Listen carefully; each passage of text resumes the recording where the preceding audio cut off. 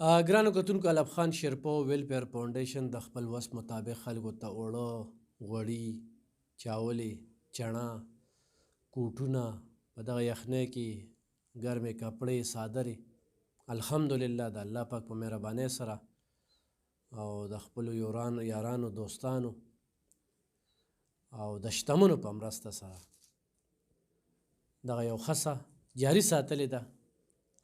په دې کې تحریک والا ډاکټر محمد شفیق صاحب ملاتړ، دولت خان حاجي صاحب ملاتړ، یو خور د جلوزو د هغې ملاتړ، یو بله خور چې کومه ده هغه خپل کوشش او هڅې کوي. ګرانو کتونکو، رمضان المبارک را روان دی. کوشش به کوو، دې پورې ګراني ډېره زیاته ده. حکمرانان په خپلو عیاشو کې او په خپلو مزو کې او په خپلو چرچو کې دي. قام بالکل هېر دی، د قام طرف ته توجه نشته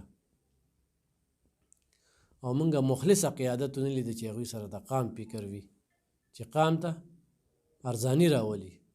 نو په دې کې چې خدای پاک چاله ورکړې ده، لاول په خپل چم ګاونډ کې، په خپل علاقه کې، په خپل کلي کې کولی شي. الف خان شیرپو ویلفیر فاونډیشن سهار نه واله ماښام پورې په دغه دفتر کې ناست دي. دغه تور سرې راځي، بې اسرې خلک راځي، په یو اعتماد سره راځي چې دې ځای نه څه یوسي. نو په دې حالاتو کې موږ کوشش کوو چې خلکو ته اوړه ورکو. اوړه چې کوم دی نو سرکاري اوړه دي، دا 10 کیلو تروړه ده او دغه موږ اخلو یو بیا دې خلکو ته چې کوم دی نو ورکو. دا ځوان چې کوم ما سره ناست دی نو خور هم ذهني ټیک نه ده، پلار به یې مخکې راته نه هغه اوس وفات شو او دې هم ذهني معذوره دي. د ده دا 5م ځل دی ښه 4 پېرې دې ما په ویډیو رانوسته. دې چې کله هم راغلی زه په تادی کې هم بدله ما نغد یې ورکړي. داسې ده که نه؟ ستاسو نوم دی؟ حمیده خور دې کور ته راله؟ راغلې ده. ښه، مور دې اوس څنګه ده؟ مور مې اوس ښه ده. څه لې راولېږلې؟ وړو پسې. یوړه روړه؟ نو ولله کو په ګوان کې څوک روټۍ هم ورکوي، روټۍ هم ولې څوک نه ورکوي. ولې؟ چاته وایه نه که نه، چاته پته نشته. مونږ خو ته وایو خو ورکوي نه سره. چاته پته نه چې دوی غریبانان دي. خپل هم نه ورکوي، پردي خو لا پرېږده. وړو اوس بیخي نه وړو اوس بیخي له سره نه. تا وایي چې وړه روړه دا څو پېرې چې رالې ما ته نغدې پیسې درکړې، خوشحاله وي. دوا دې کړې وه. بالکل هغه شتمنو مسافرو ته دعا کوه، هغې خلکو ته ښه صحیح د چا د وجې چې دا تا ته میلاویږي. ښه صحیح.